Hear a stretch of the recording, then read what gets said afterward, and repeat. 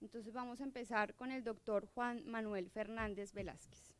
El doctor Juan Manuel es abogado de la Universidad Pontificia Bolivariana, consultor del Instituto Nacional de Vivienda de Interés Social y Reforma Urbana INURBE, por convenio de las Naciones Unidas Hábitat, evaluador externo para la NUCIF, Netherlands Organization for International Cooperation and Higher Education, del proyecto de cooperación internacional entre Holanda y Colombia, denominado Programa de Estudios de Vivienda en América Latina, PEVAL.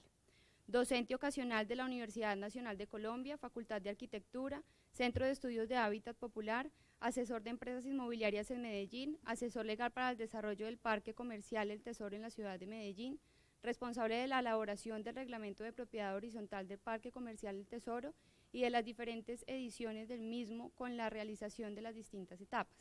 Responsable de la elaboración del reglamento de propiedad horizontal del conjunto inmobiliario San Fernando Plaza, situado en la ciudad de Medellín, profesor universitario en el Diplomado de Derecho Inmobiliario de la Universidad Pontificia Bolivariana de Medellín.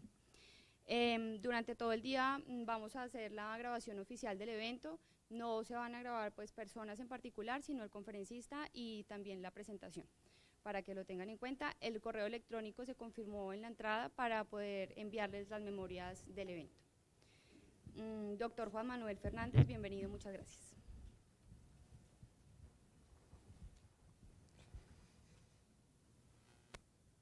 Bueno, primero que todo, muy buenos días.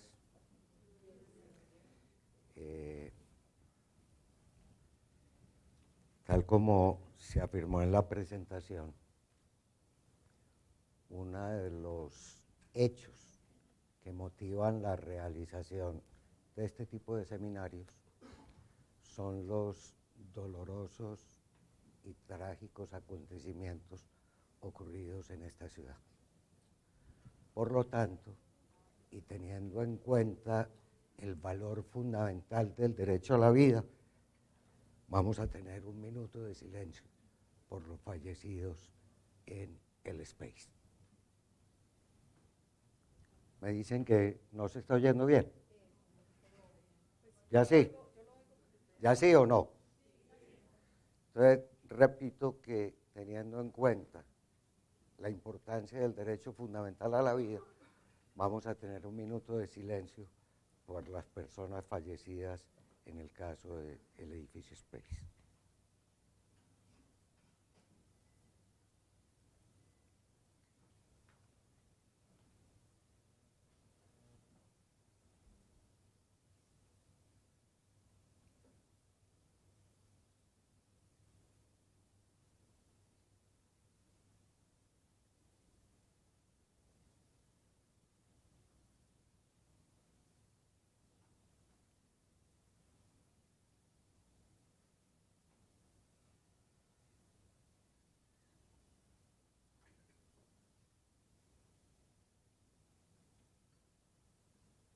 Muy bien. El tema que me toca desarrollar se denominó en el programa Normas Generales y Particulares de la Actividad Constructora.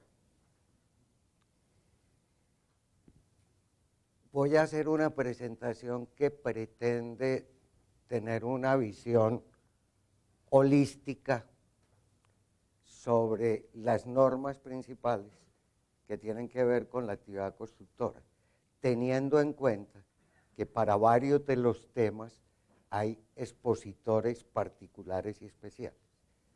Entonces, voy a tratar de no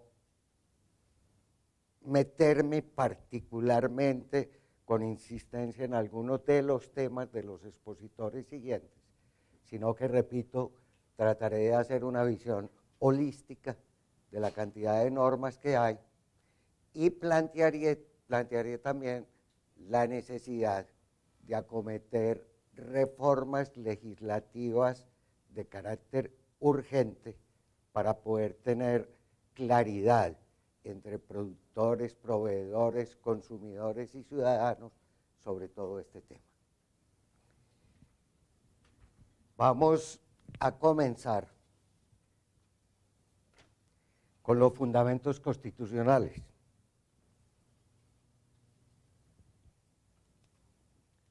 Si esto funciona, sí.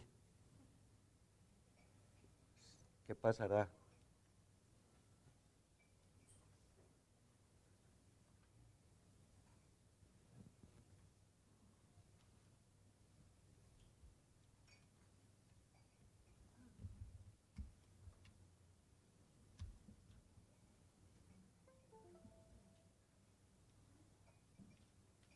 ¿Será que hay aquí entonces?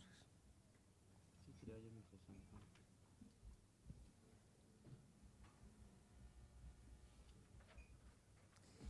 Esto siempre ocurre con estos aparatos. Comenzar con los fundamentos constitucionales es reconocer todos los temas y la importancia de un fenómeno al que estamos asistiendo desde hace un tiempo, después de la expedición de la Constitución del 91, que es la constitucionalización del derecho privado. O sea, ya no solamente se trata de tener una Constitución que fundamentalmente nos reúna frente al papel del Estado, etcétera, sino que es una Constitución que con el modelo de sociedad que se pretende en esa Constitución invade también muchas de las actividades del sector privado y del derecho privado. Y ese es el modelo de Constitución que tenemos. Hoy no tenemos otro. Entonces me parece que vale la pena detenernos en él. Yo no sé si alcanzan a leer o no, pero artículo primero, Colombia es un Estado social de derecho, organizado en forma de república unitaria descentralizada, con autonomía de sus entidades territoriales, democrática, participativa y pluralista, fundada en el respeto de la dignidad humana, en el trabajo y la solidaridad de las personas que la integran y en la prevalencia del interés general. Supongo que para quienes son abogados de los que están asistiendo, conocen suficientes providencias, bien sea de constitucionalidad de normas o de sentencias de tutela, producidas por la Corte Constitucional sobre la incidencia de la definición contenida en este artículo primero. Pero para efectos del tema me voy a detener en las siguientes partes. Primero, Colombia es un Estado social de derecho. De allí toda la importancia que tienen los derechos de la sociedad. No solamente los derechos de los individuos, sino los derechos de la sociedad. Organizado en forma de república unitaria, para el caso de la construcción y de la reglamentación de la construcción, esto tiene una importancia trascendental, porque como estamos organizados como república unitaria, el poder de hacer las leyes, ¿dónde radica? En el Congreso, única y exclusivamente en el Congreso.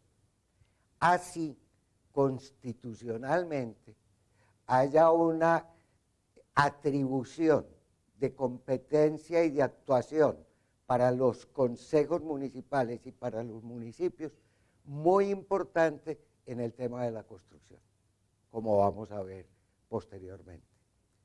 Pero los consejos y los municipios tienen que actuar dentro de la ley, y la ley solo la puede producir el Congreso Nacional.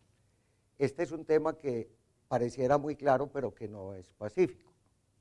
Frecuentemente se presentan demandas de inconstitucionalidad frente a normas que afectan la autonomía territorial o frente a disposiciones de los consejos que exceden el marco de sus competencias por no estar acordes con una ley.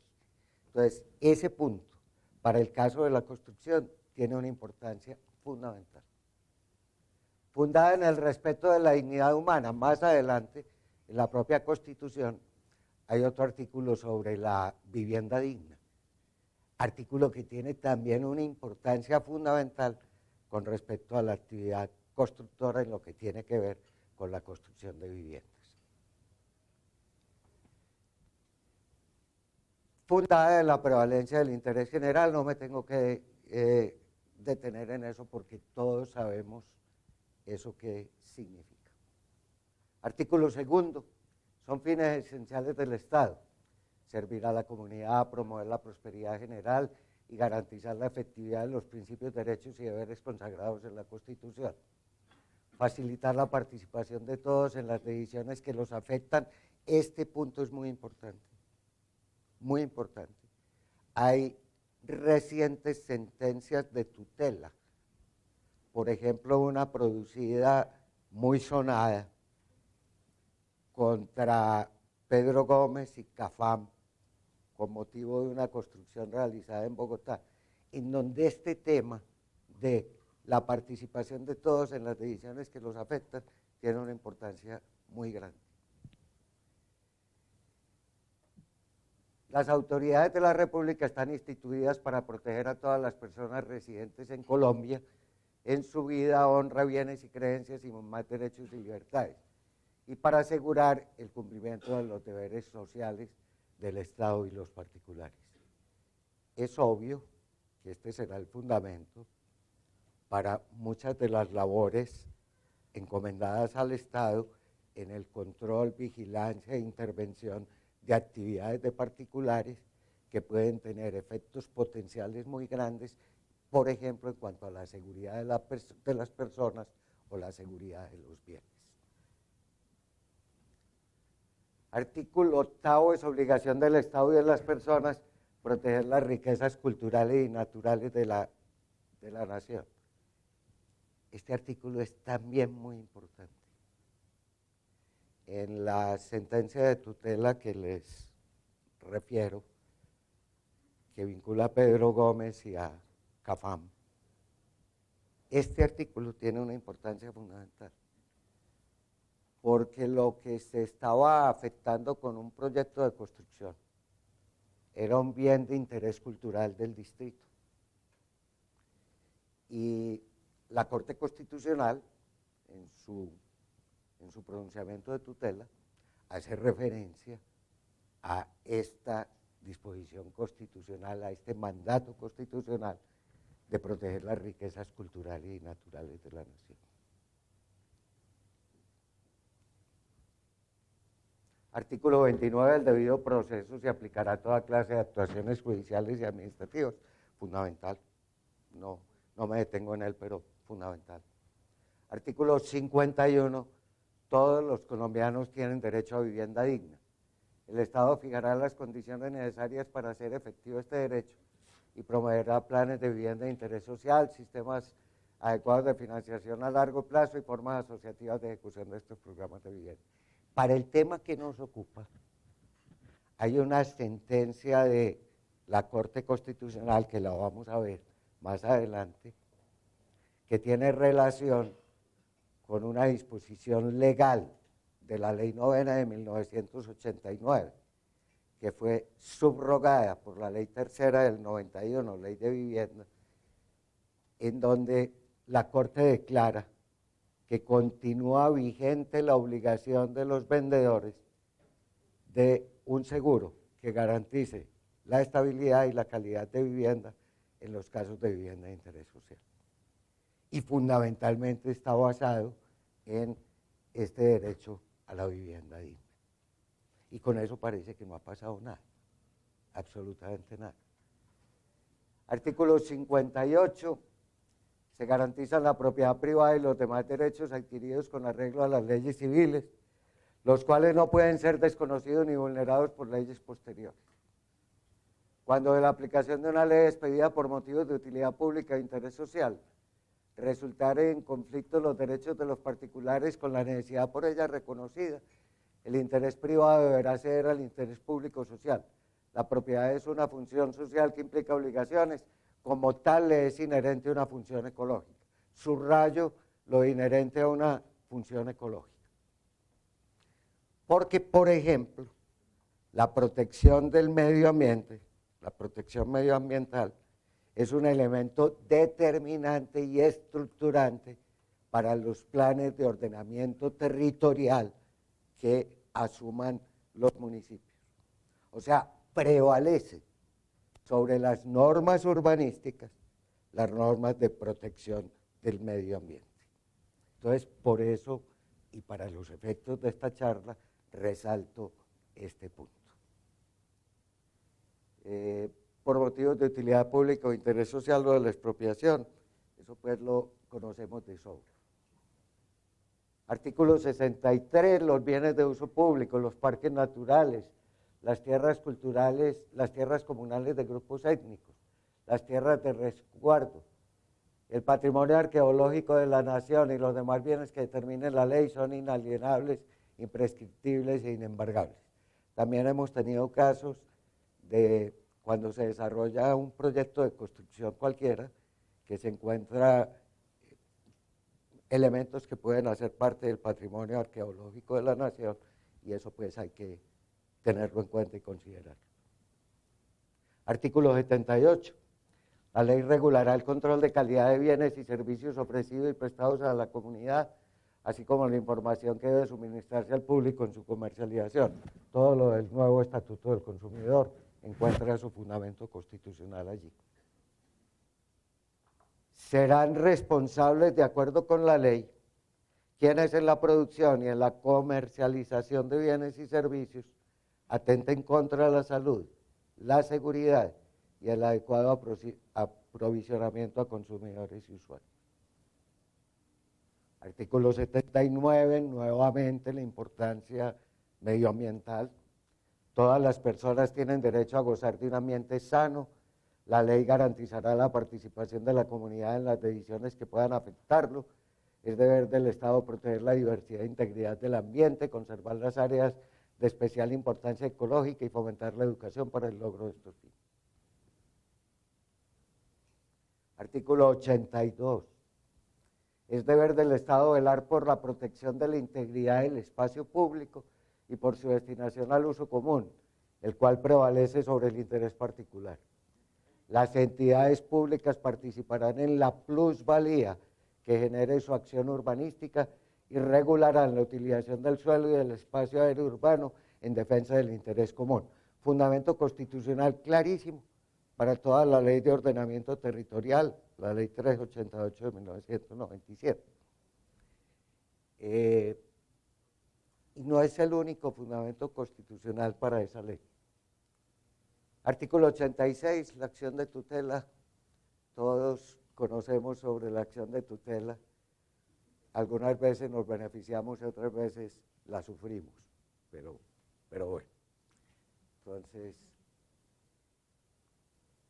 artículo 88, la ley regulará las acciones populares para la protección de los derechos e intereses colectivos relacionados con el patrimonio, el espacio, la seguridad y la salubridad públicas, etcétera, etcétera.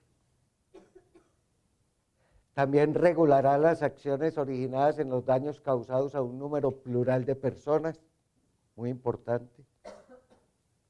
Me imagino que tendrá alguna relación con el caso que desafortunadamente ocupa la atención de esta ciudad, de nosotros y del país también. Asimismo, definirá los casos de responsabilidad civil objetiva por el daño inferido a los derechos e intereses colectivos. Artículo 90, también posiblemente tenga mucho que ver con la situación ocurrida acá.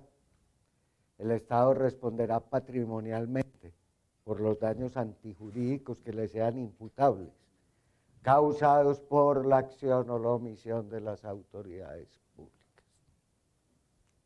Artículo 311. Al municipio como entidad fundamental de la división político-administrativa del Estado, le corresponde prestar los servicios públicos que determine la ley, construir las obras que demande el progreso local, ordenar el desarrollo de su territorio.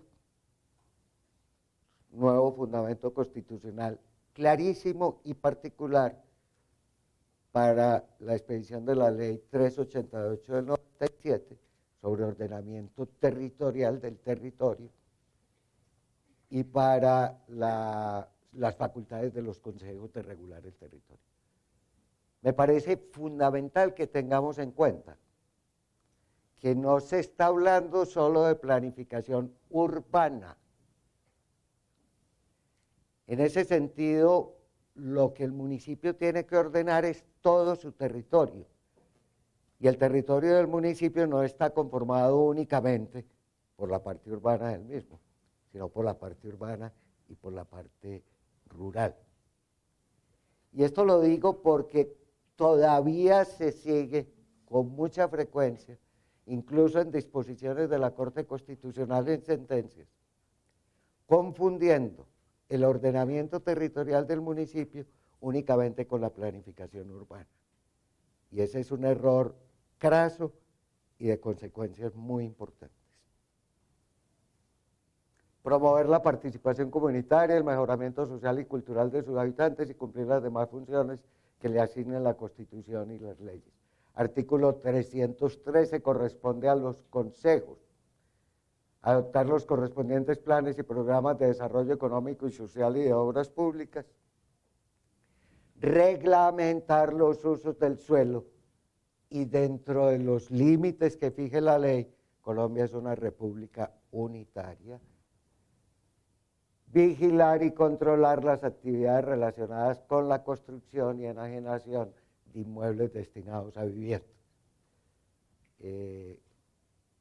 Tal vez antier se observó en la prensa nacional, tal vez en El Tiempo, en El Espectador, cómo el distrito de Bogotá ordenaba toma de posesión e intervención de una empresa constructora o enajenadora de vivienda en Bogotá.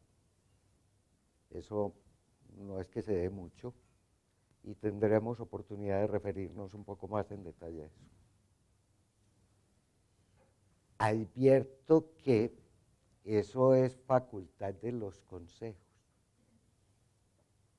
cosa que es muy preocupante, porque una cosa es que sea una facultad administrativa del Ejecutivo Municipal, como si esté en el distrito porque hay reglamentación expresa, y otra cosa en los consejos, en el resto de municipios distintos al distrito de Bogotá.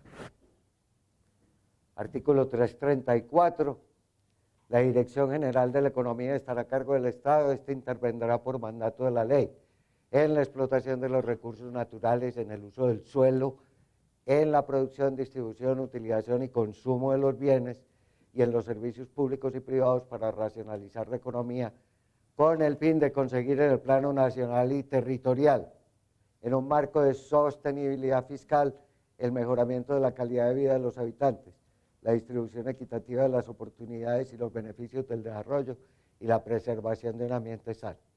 Dicho marco de sostenibilidad fiscal deberá fungir como instrumento para alcanzar de manera progresiva los objetivos del Estado Social de Derecho. En cualquier caso, el gasto público social será prioritario. Estas son las disposiciones que, a mi juicio, las disposiciones de nuestra Constitución Política que más relación tienen con el tema de esta charla. Y vuelvo y repito, esa es la Constitución que tenemos.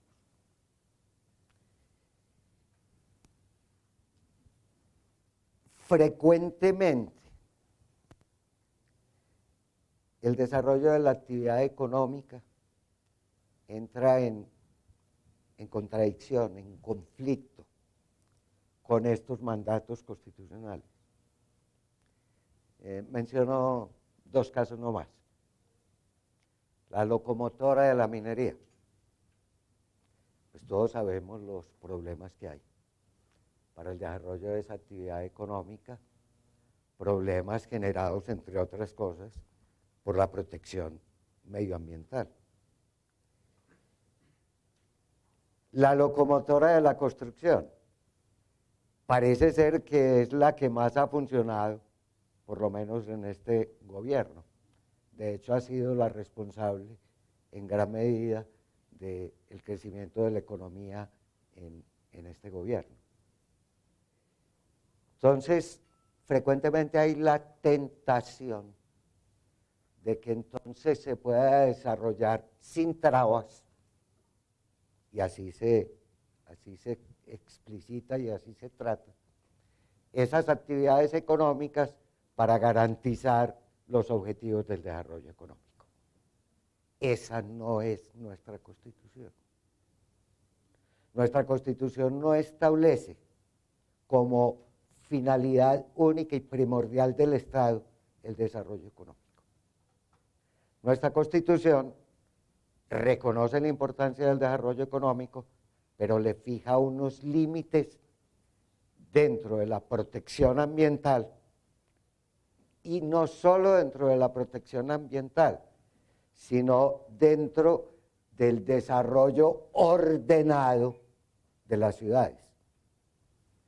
En la sentencia a que me he referido tantas veces de Pedro Gómez y Cafam, muy curiosamente la Corte Constitucional comienza su análisis citando una parte de un libro de Ítalo Calvino que se llama Las ciudades invisibles. Una maravillosa cita de la Corte Constitucional. ¿Con esto qué quiero decir? La única finalidad protegible, deseable, no es que se pueda construir todo lo que se quiera construir. No. Dentro de eso, también hay sitios, hay partes donde no se puede construir, y no se puede construir o por razones de seguridad, y no se puede construir por razones de protección ambiental, y no se puede construir porque hay bienes de interés cultural importantes que conforman patrimonio arquitectónico de las ciudades.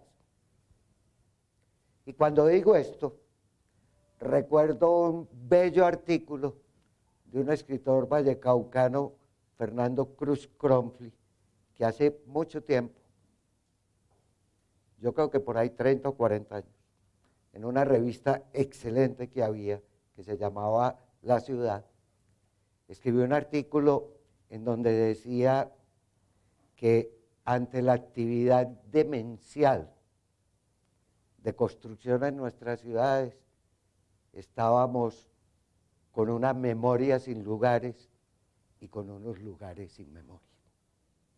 Eso es hondo, eso es importante.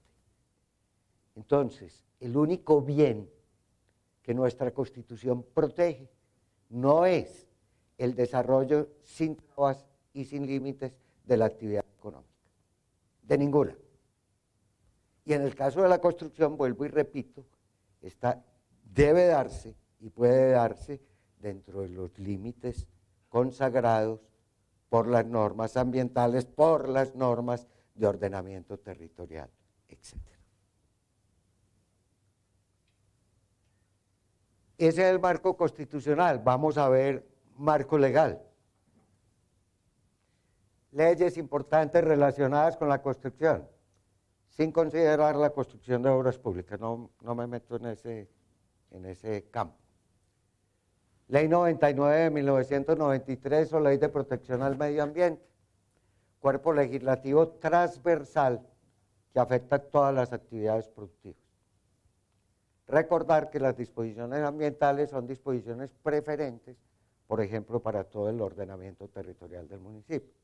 Y eso en la práctica se manifiesta, por ejemplo, en que ahora que se está planteando la revisión del plan de ordenamiento territorial en Medellín, pues primero, antes de ir al Consejo para su consideración, ese plan de ordenamiento territorial tiene que ir ante las autoridades ambientales, en nuestro caso son dos, el área metropolitana y Corantioquia, para efectos de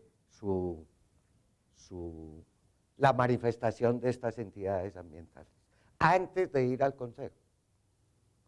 Eso es la concreción de que es uno de los determinantes propios para el ordenamiento territorial. La Ley 388 de 1997, por la cual se regula el ordenamiento del territorio de los municipios, normatividad urbanística, planes de ordenamiento territorial, licencias de construcción, etc. ordenamiento del territorio de los municipios, no solo ordenamiento de la parte urbana de los municipios. Y en eso, de entrada, plantearé que hay una precariedad enorme en este campo en el país. Tuve oportunidad de participar en algunos debates sobre cuando se iba a expedir la ley 388 del 97. Y se observa, por ejemplo, en la ley, que al definir el suelo rural, se define por exclusión, por lo que no es el suelo rural. Y eso tiene algunas explicaciones. Normalmente lo que se venía manejando a través del desarrollo de la planificación era la planificación urbana. Y había otro campo reservado para las leyes agrarias.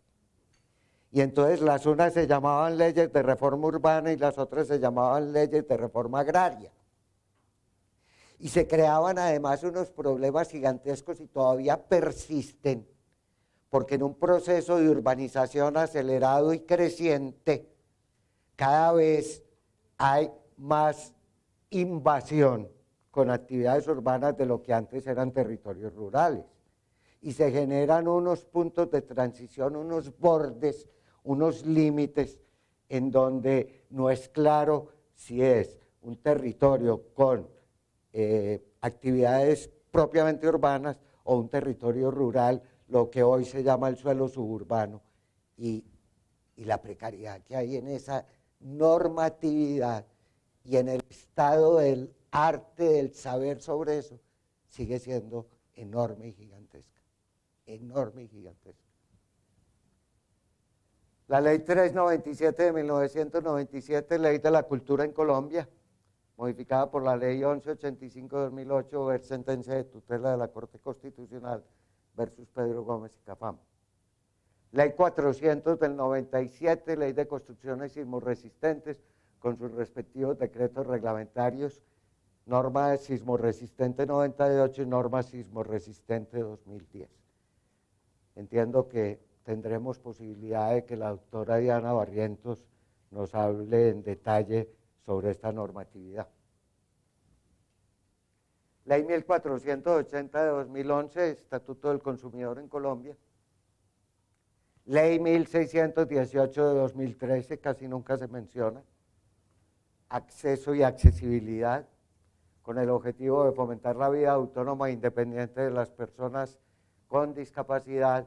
Las entidades del orden nacional, departamental, distrital y local garantizarán el acceso de estas personas en igualdad de condiciones al entorno físico, al transporte, a la información y a las comunicaciones, entre otros.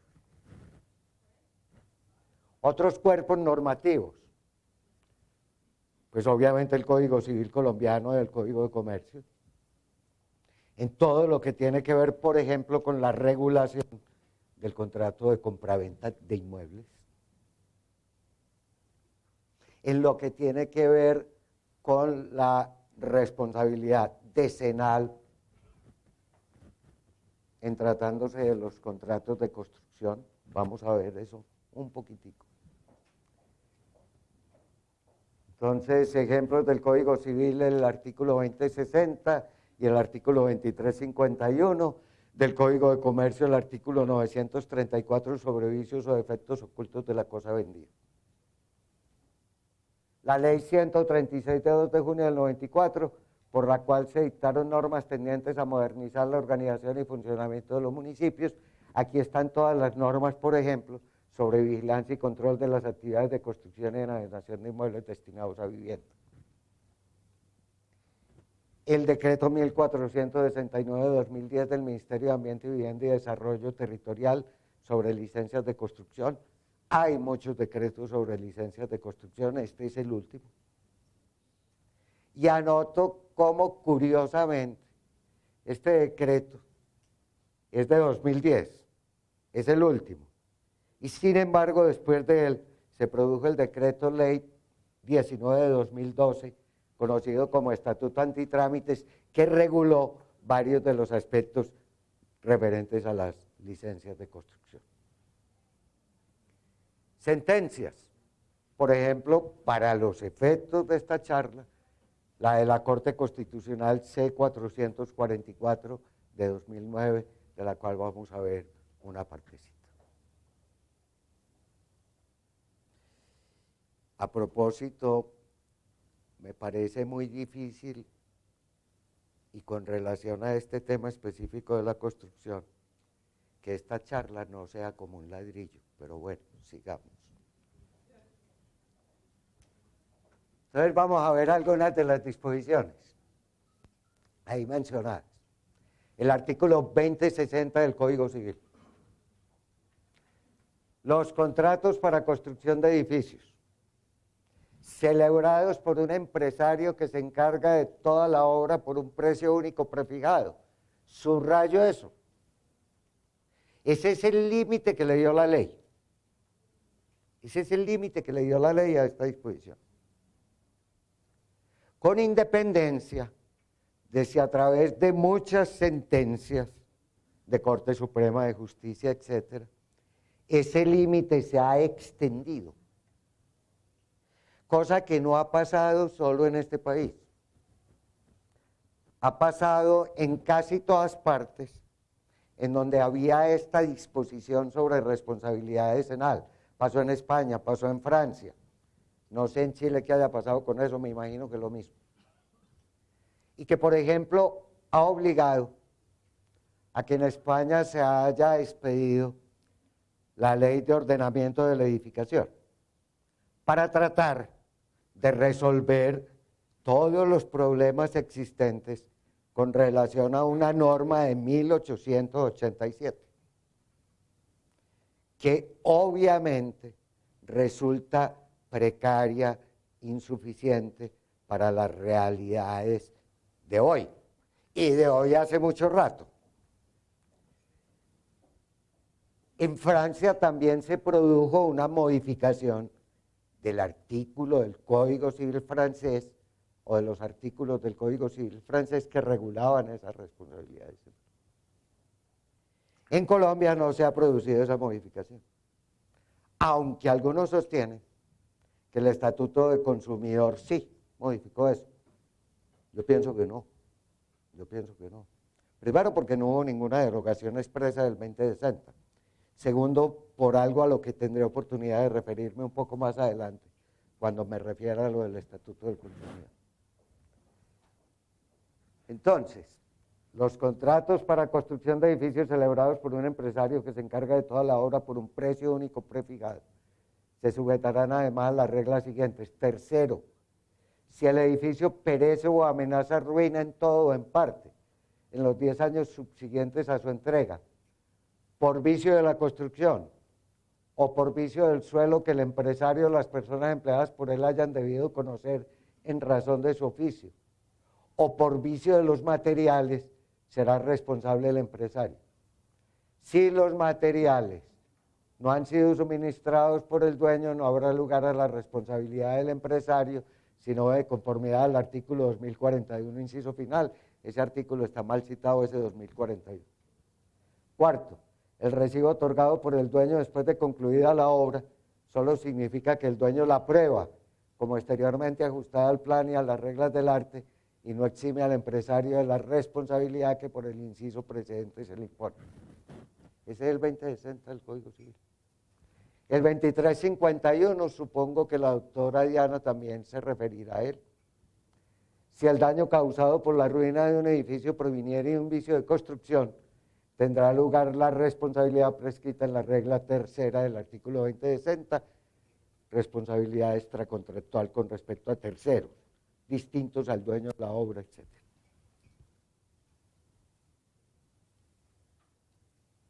Código de Comercio, artículo 934, y menciono fundamentalmente el artículo del Código de Comercio, porque esta actividad de la construcción y enajenación de inmuebles de vivienda es claramente y sin lugar a dudas una actividad mercantil. Entonces, pues la regulación fundamental estará en el Código de Comercio en lo relativo al contrato de compraventa, etc. Y en lo que no regula el Código de Comercio en el Código Civil por remisión expresa del Código de Comercio. Si la cosa vendida presenta con posterioridad a su entrega vicios o defectos ocultos, cuya causa sea anterior al contrato, ignorados sin culpa por el comprador, que hagan la cosa impropia para su natural destinación o para el fin previsto en el contrato, el comprador tendrá derecho a pedir la resolución del mismo o la rebaja del precio a justa tasación. Si el comprador opta por la resolución, deberá restituir la cosa al vendedor. En uno u otro caso habrá lugar a indemnización de perjuicios por parte del vendedor, si éste conocía o debía conocer al tiempo del contrato el vicio o el defecto de la cosa vendida.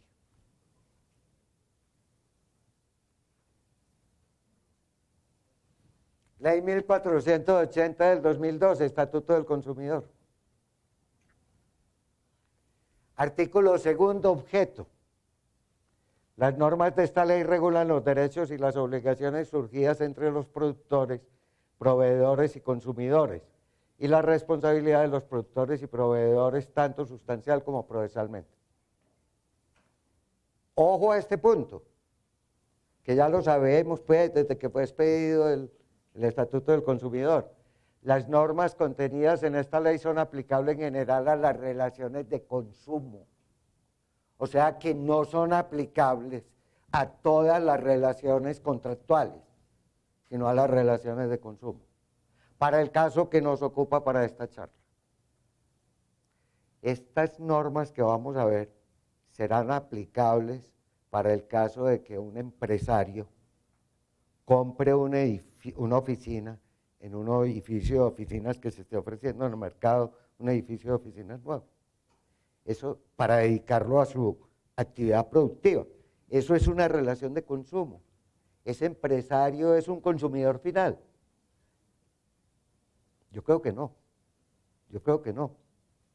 Entonces, estas normas no se aplican a todas las relaciones contractuales que tienen que ver con la adquisición de inmuebles o con la construcción de inmuebles, estas del Estatuto del Consumidor. Por eso era por lo que afirmaba que a mi juicio el Estatuto del Consumidor no derogó ni modificó el 2060 del Código Civil. Porque entonces, si eso fuese así, y si el Estatuto del Consumidor solo se aplica a relaciones de consumo, estaríamos ante un vacío legislativo gigantesco frente a otras relaciones contractuales. Entonces, repito, las normas contenidas en esta ley son aplicables en general a las relaciones de consumo y a la responsabilidad de los productores y proveedores frente al consumidor, en todos los sectores de la economía respecto de los cuales no exista regulación especial, evento en el cual aplicará la regulación especial y suplementariamente las normas establecidas en esta ley. La importancia de esto para los efectos del tema de este seminario es gigantesca. Y la responsabilidad de los productores frente al consumidor en todos los sectores de la economía respecto de los cuales no exista regulación especial. Mi posición también la ha manifestado de alguna manera la doctora Diana Barrientos en muchos artículos que ha producido, etcétera, etcétera. Es que estamos en mora de tener una regulación especial para el sector de la producción, de la construcción de bienes inmuebles. Regulación especial. Entre otras cosas porque es un bien con unas particularidades que hacen necesario que eso ocurra. En la construcción de un edificio participan múltiples actores, múltiples sujetos. Hay uno que se encarga de la ejecución de la obra, de la construcción, de la dirección de la obra. Hay otro que se encarga de los diseños, tanto estructurales como hidrosanitarios, como eléctricos, etc. Hay otro que se encarga bueno, están los productores de materiales de construcción, los productores de redes para la prestación de servicios públicos, etcétera, etcétera. Entonces, esa existencia de múltiples sujetos esa existencia de una cadena de producción hace que sea necesario absolutamente disponer de normas legislativas claras, por ejemplo, en el tema de la solidaridad. Todavía no está resuelto con claridad el tema de si esto es una responsabilidad aplicable solamente al constructor como productor o también al enajenador del inmueble. Y entonces vámonos a lo que sigue de la garantía legal.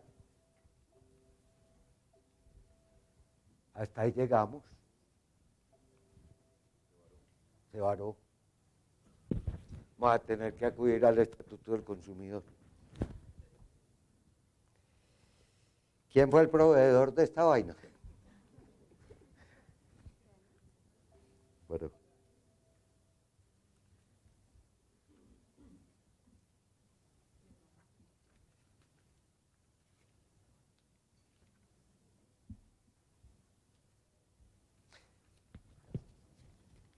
Que el Estatuto del Consumidor es aplicable a bienes inmuebles, no hay duda. El Estatuto del Consumidor se aplica a toda clase de productos y así lo dice expresamente el Estatuto. Eso ya de por sí fue una ventaja, un avance, porque durante mucho tiempo se discutió si el anterior Estatuto del Consumidor se aplicaba también a los bienes inmuebles y parecía primar la idea de que no. Entonces ya no hay absolutamente ninguna duda sobre eso. En cuanto a la garantía legal, dice, es la obligación legal en los términos de esta ley a cargo de todo productor y o proveedor. Parece que no hay duda que eso vincula entonces también, no solo al constructor, sino al enajenador de la vivienda cuando son distintos. Y eso se presenta con mucha frecuencia. Hay un promotor inmobiliario, un inversionista inmobiliario, ese es el que enajena el bien, y hay un constructor que ese señor contrató, que es el que lo construye.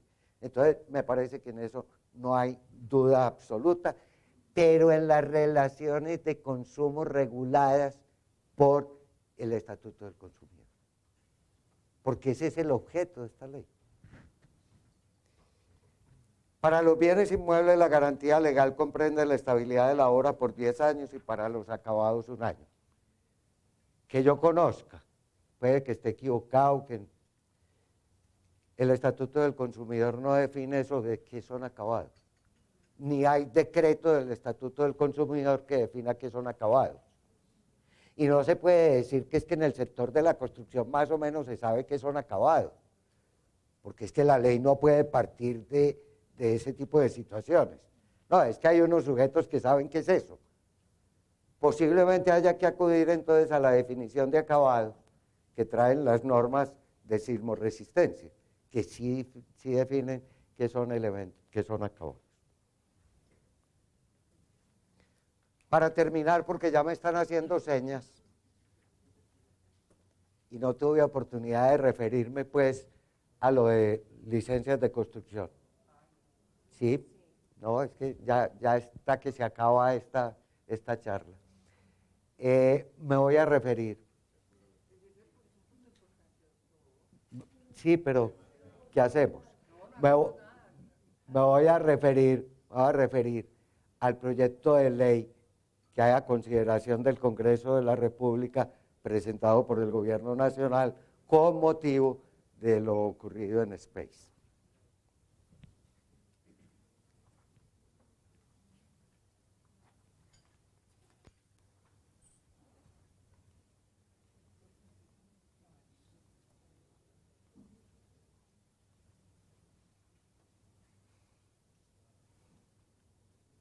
Proyecto de ley 189 de 2014 y no me voy a referir a todo el proyecto de ley, me voy a referir a esta parte, por la cual se establece la obligación de adquirir un seguro por parte de los constructores de vivienda nueva y se establecen medidas para incrementar la seguridad de las edificaciones.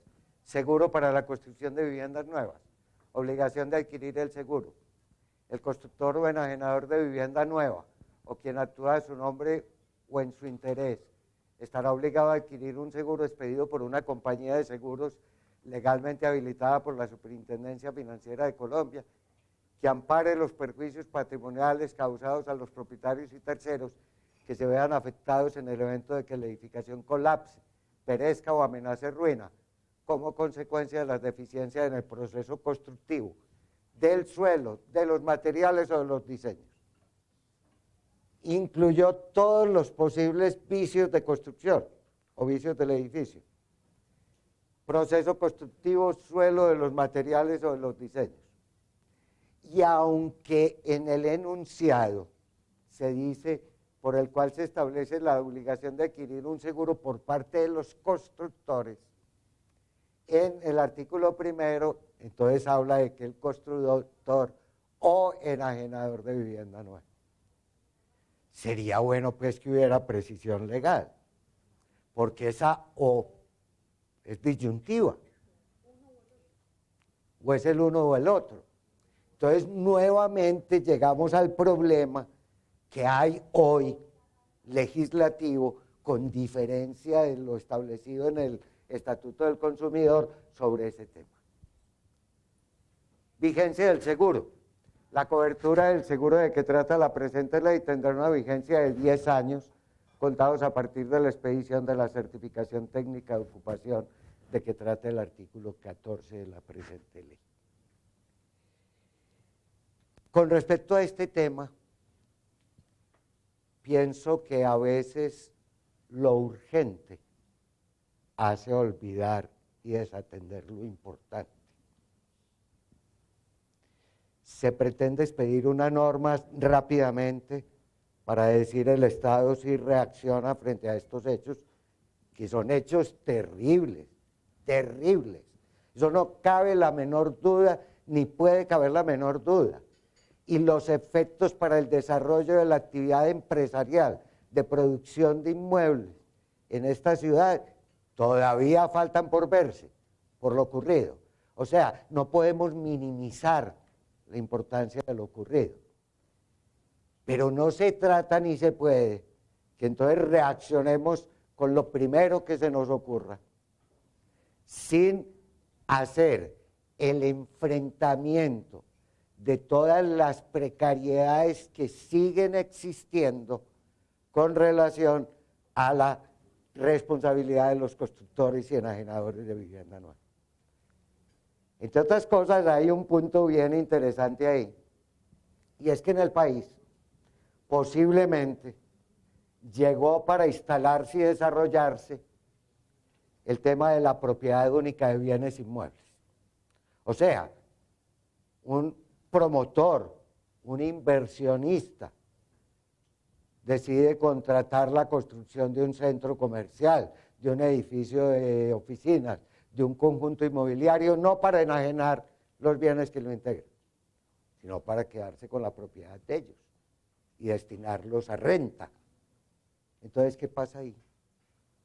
¿Qué pasa ahí? ¿Qué pasa con el Estatuto del Consumidor? ¿Qué pasa con disposiciones que solo obligan para los casos de enajenación? ¿O es que ahí no hay un interés patrimonial importante a proteger? ¿O es que ahí no hay un interés de seguridad de personas y de bienes importante a considerar y a proteger? Entonces, bienvenidos estos espacios de discusión, y creo que la tarea es muy larga y es muy importante. Y me parece que instituciones como el IARCE deben tomar una participación activa en la discusión y en la formulación de observaciones, por ejemplo, sobre el proyecto de ley.